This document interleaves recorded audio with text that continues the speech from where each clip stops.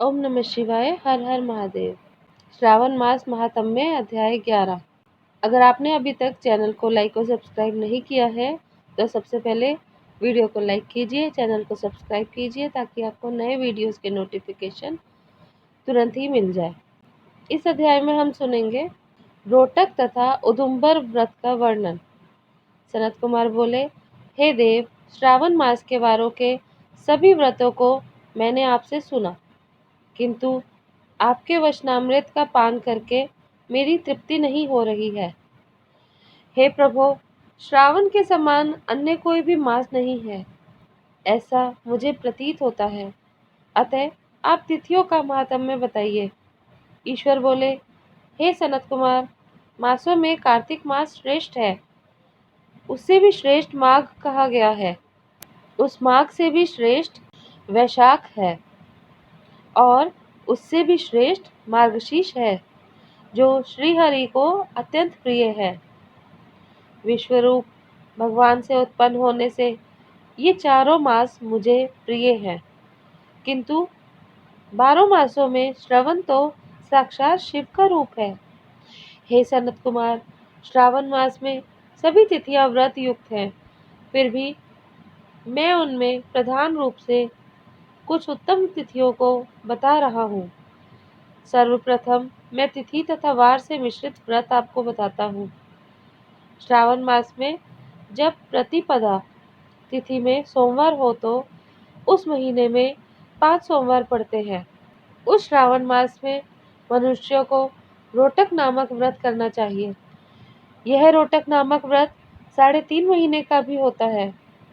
यह लक्ष्मी की वृद्धि करने वाला तथा सभी मनोरथों की सिद्धि करने वाला है।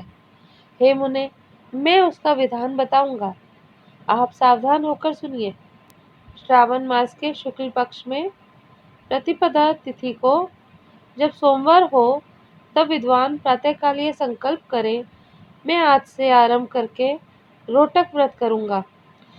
हे सुरश्रेष्ठ, हे जगत गुरु, मुझ पर कृपा कीजिए। उसके बाद अखंडित बिल्व पत्रों, तुलसी दलों, नीलोत्पल, कमल पुष्पों, कहलार पुष्पों, चंपा तथा मालती के पुष्पों, गोविंद पुष्पों, आक के पुष्पों, उस ऋतु तथा काल में होने वाले नानाविध अन्य सुंदर पुष्पों, धूप, दीप, नैवेद्य तथा नाना प्रकार के फलों से शूलधारी महादेव की प्रतिदिन पूजा करनी चाहिए। विशेष रूप से रोटकों का प्रधान नैवेद्य अर्पित करना चाहिए।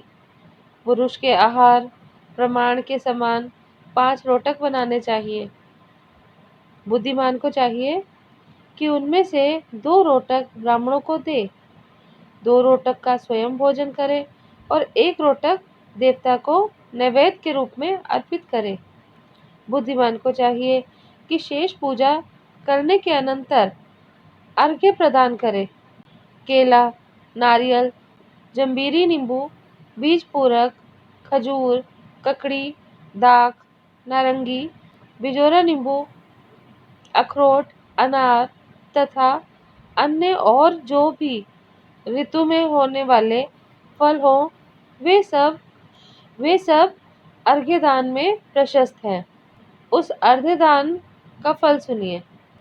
7 समुद्र सहित पृथ्वी का दान करके मनुष्य जो फल प्राप्त करता है, वही फल विधान पूर्वक इस व्रत को करके वह पा जाता है।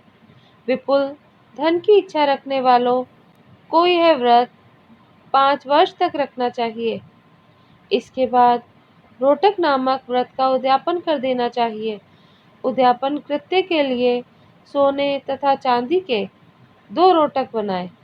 प्रथम दिन अधिवासन करके प्रातःकाल शिव मंत्र के द्वारा घृत तथा उत्तम बिल्व पत्रों से हवन करे। हे तात, इस विधि से व्रत के संपन्न किए जाने पर मनुष्य सभी वांछित फलों को प्राप्त कर लेता है। हे सनत कुमार, अब मैं द्वितीय के शुभ व्रत का वर्णन करूंगा, जिसे श्रद्धा पूर्वक करके मनुष्य लक्ष्मीवान तथा पुत्रवान हो जाता है। औदुंबर नामक वह व्रत पाप का नाश करने वाला है। शुभ सावन का महीना आने पर द्वितीया तिथि को प्रातःकाल संकल्प करके बुद्धिमान को विधि पूर्वक व्रत करना चाहिए।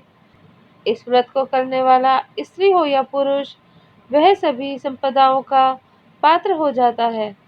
इस व्रत में प्रत्यक्ष गूलर के वृक्ष की पूजा करनी चाहिए, किंतु गूलर वृक्ष न मिलने पर दीवार पर वृक्ष का आकार बनाकर इन 4 नाम मंत्रों से उसकी पूजा करनी चाहिए।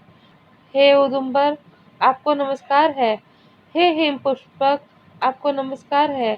जंतु सहित फल से युक्त तथा रक्त अंड तुल्य फल वाले आपको नमस्कार है।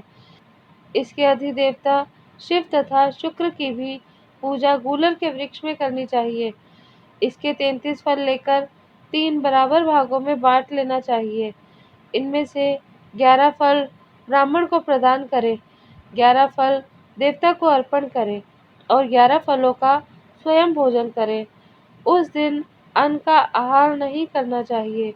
शिव तथा शुक्र का विधिवत पूजन करके रात में जागरण करना चाहिए। हे तात, इस प्रकार 11 वर्ष तक व्रत का अनुष्ठान करने के बाद व्रत की संपूर्णता के लिए उद्यापन करना चाहिए।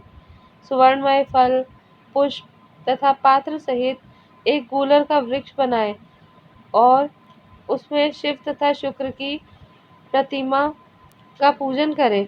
उसके बाद प्रातःकाल होम करें।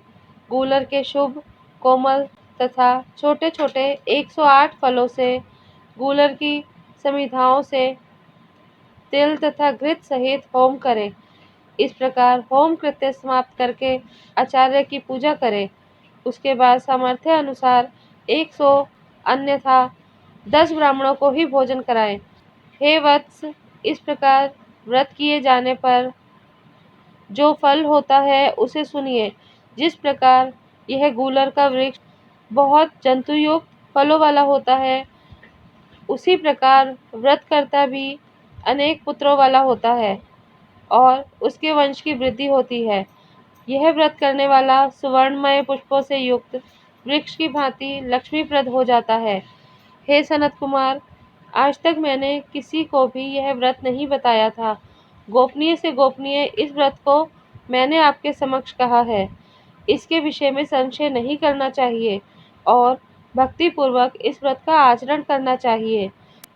इस प्रकार श्री स्कंद पुराण के अंतर्गत ईश्वर सनत कुमार संवाद में श्रावण मास महात्म्य में प्रतिपद रोटक व्रत द्वितीय औदुंबर व्रत कथन नामक 11वां अध्याय पूर्ण हुआ। ओम नमः शिवाय। हर हर महादेव।